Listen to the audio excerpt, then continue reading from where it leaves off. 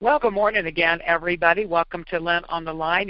This is a place for straight talk about faith, life, business, everything in between. This is your chance to ask questions, to make comments. It's supposed to be an interactive kind of call, and to get some live responses. So, again, I hope you'll take advantage of that this morning. If you're still speaking to me after the message, that is. It's always the $64 question.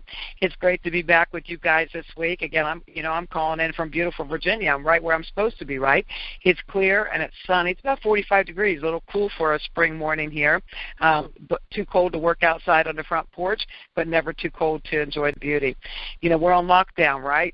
Virginia, boy, I tell you, we're like on steroids with all these rules. Our schools are closed until the fall, and we're on lockdown here until June 20th. I hope that gets lifted, but right now that's what it looks like. It's a place we've never been before, at least most of us on this call. It's a first for sure. We saw the reverse of what we're dealing with today before modern medicine got a hold of tuberculosis with vaccines. Back in that day, people with tuberculosis were quarantined away from all the rest because it was contagious and deadly. Almost like lepers were treated in the Bible, right?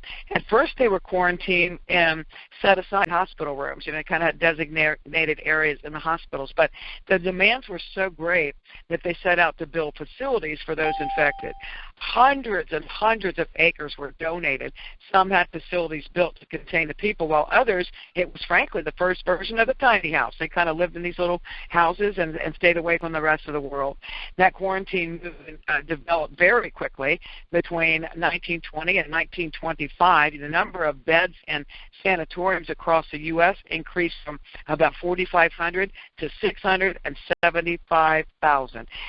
Johns Hopkins professor by the name of Mooney said this. He said these places never catered toward the vast majority of cases. Although provision increased a lot in the early 20th century, it was never really enough to cope with the demand. You just imagine that for a second. So today we can rejoice in a solution to that catastrophic problem that most of us on the call were never eyewitness to. It happened nonetheless. Was it fun to be sent away, isolated from family and friends? Can you imagine that, guys? No telephones, no nothing. Be isolated? I'm sure it wasn't. But it was necessary to get a handle on a deadly condition, the same as what we're doing today is necessary to get a handle on ours.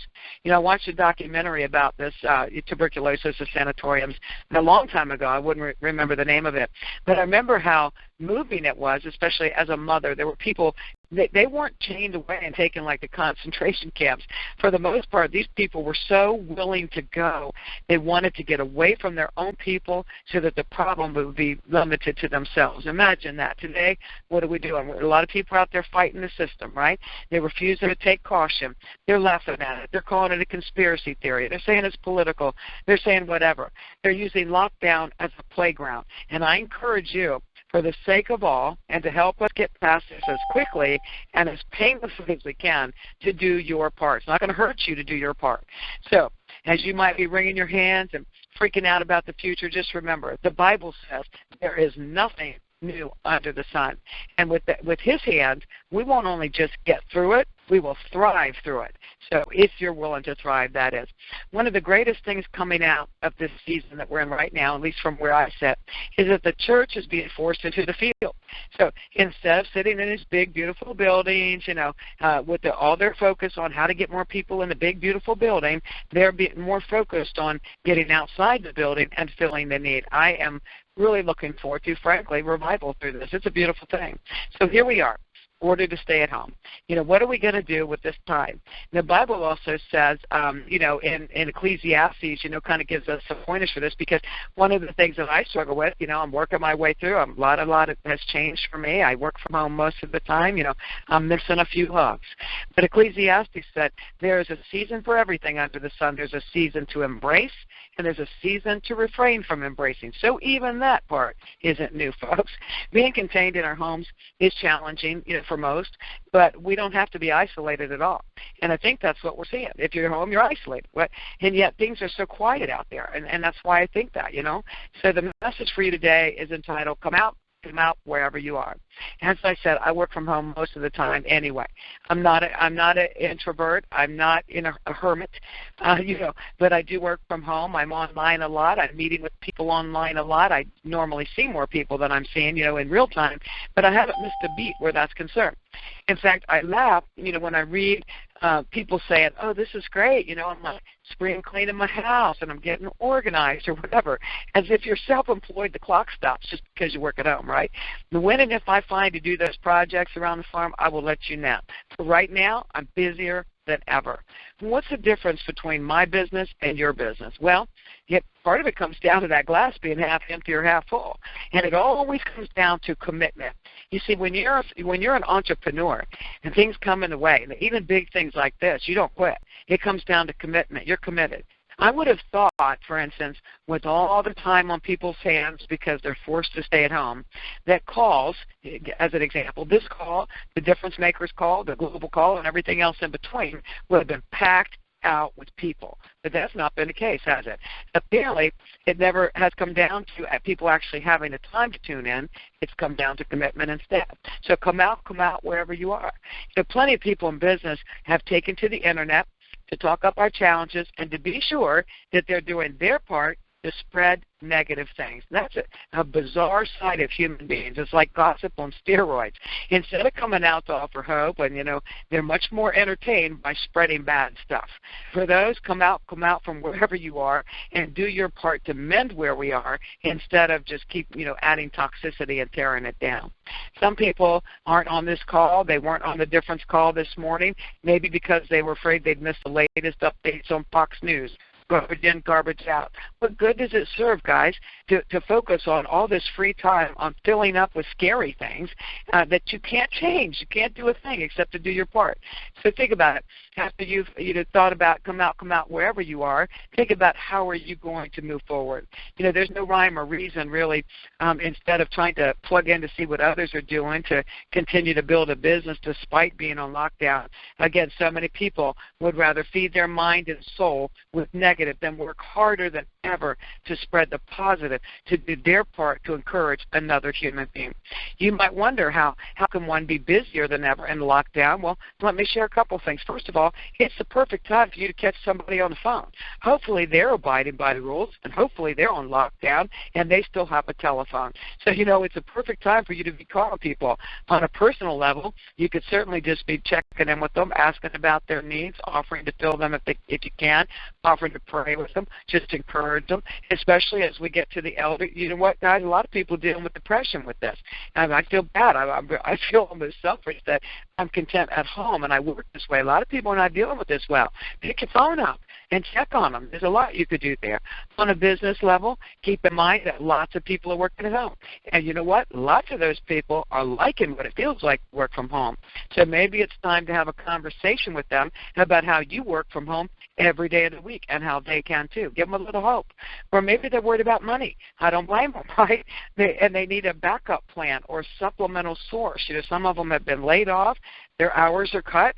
I'm so grateful to God that my family right now, that's not the case. It would be horrible to go through this and be worried about money. But by the way, if you don't have multiple streams of income yourself, you're crazy. Everybody needs multiple streams of income, based on what's going on in life, and everybody wanting to secure a long-lasting future with unwavering income, lockdown or not. Everybody needs more than one source of income. So if you don't have that straight, I'd get busy with that. Don't assume because we're on lockdown that you can't be doing business. That's just a lie you're telling yourself. So if you're accustomed to, for instance, show and tell for your business, you can show and tell in an online meeting. People have tons of time to tune into social media. Try trading some of that negative stuff for a strong, positive message filled with hope, a business post, and watch what happens.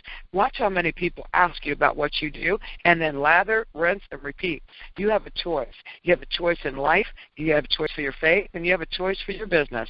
You can run and hide in your house, watching Netflix, eating everything in sight, spring cleaning when you can, or you can embrace this time and determine to make a difference in a dark world and to succeed despite your circumstances. And before you roll your eyes at the idea that you could build a business in the midst of chaos, chaos, keep in mind that some people built fortunes, lots of people built fortunes during the Great Depression when people were walking around begging for biscuits, and some people were so desperate they fed their babies dirt just to keep them alive. If they could build a fortune during the Depression, don't talk to me about what we're going through right now. Some people jumped out windows because they focused too much on the negative. Imagine what it would be today, with the internet spreading it so fast. But the ones determined to survive and to thrive built fortunes. They didn't miss a beat, and they didn't have nearly the benefits that we have today. So come out from wherever you are. You can pick up a phone. Thank God you're able-bodied enough to do it. You can get online the message and actually meet with people, see their faces, their smiles. I'm even doing Bible study online. You can have online meetings. If you're still saying that you don't know how to do that, you know what, guys? You've got plenty of time to learn right now. You can still process sales. You can still tune in to more calls and be encouraged by them and to learn, through them. You can still make a living. But you're going to need to come out from wherever you are and determine to.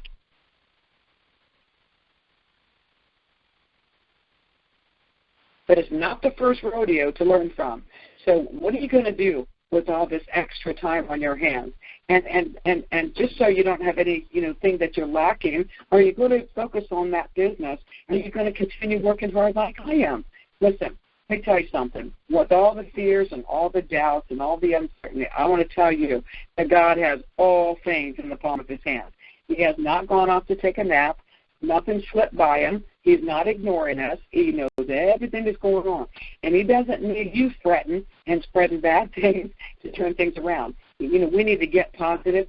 We need to stay busy. We need to abide by the rules so that we get this mess behind us as fast as we can. Come out from wherever you are and do good things. Come out from wherever you are and determined to help. Come out from wherever you are and work harder than ever before sharing your business message. And let me tell you something. If you aren't excited enough about your business to share it, despite what we're going through, you might be in the wrong one. When we believe that what we have is something that somebody else desperately needs, it's not time to stop sharing just because there's challenges in the world. People need it more than ever, right? As for me, I'm working harder than ever before from this beautiful farm in Virginia. Other than missing those hugs and the faces of my family and a few friends, I have absolutely everything I need, and I have not missed a beat. I'm sharing my faith to homebound people. I'm getting out there doing online Bible study. I'm doing my part to remind everybody I can of how mighty my God is. And some are coming to their faith as I do. And sharing my faith and working my business wouldn't be possible if I wasn't willing to come out from wherever I am to do what I was born to do. So are you willing to come out from wherever you are? Are you willing to keep moving despite those obstacles? Will you make the commitment to tune in, to learn, and to grow while you've got all that time on your hands? Or you want to sit down, eat something and watch Netflix and get around to spring cleaning? Then better yourself. Take the time to learn and to grow and act like you're in business. Will you continue to share good things, or you refuse to do your part to help? Listen, come out, folks. It's time to shine. There has never been a time. Not only does God do his greatest work, we are in the direst of circumstances, but people need you. They need you as a friend. They need you as a Christian. They need you as a business person with some hope for their future. And that's it for me, guys. So we're going to go into the queue now. *6 will get you into the queue. And if you have anything that you want to add, any questions, this will be your time. 1 second.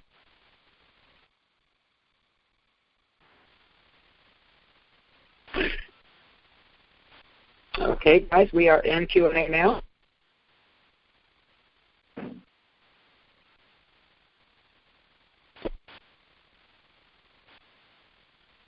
Might be having some technical difficulties, so if you can hear me, bear with me.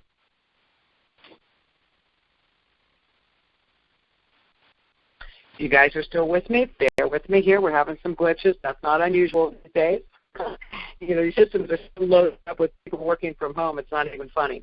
So *6 will get you into the queue if you have any questions, any comments, or anything else before we conclude the call. *6.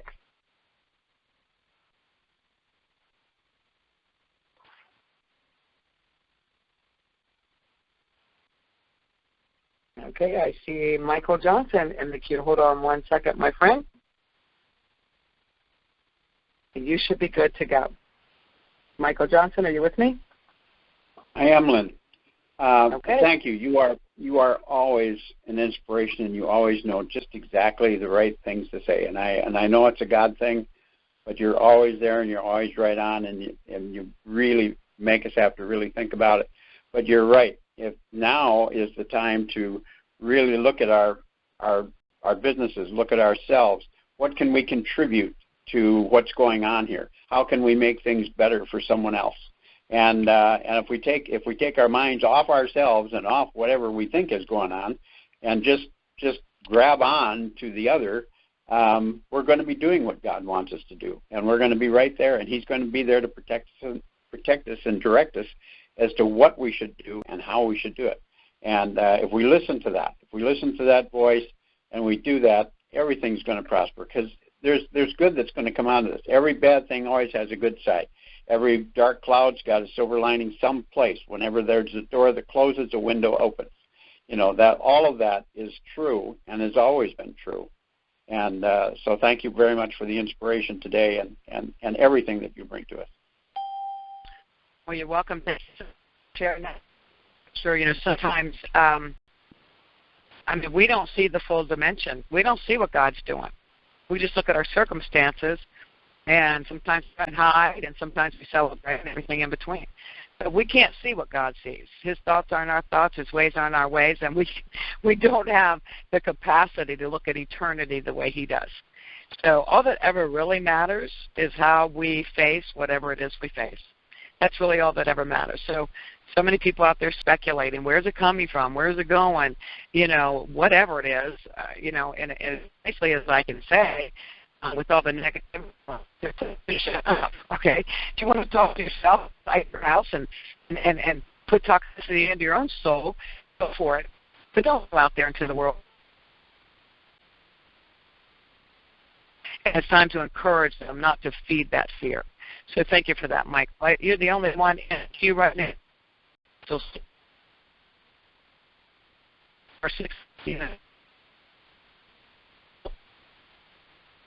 You'll share it because, Mike, listen.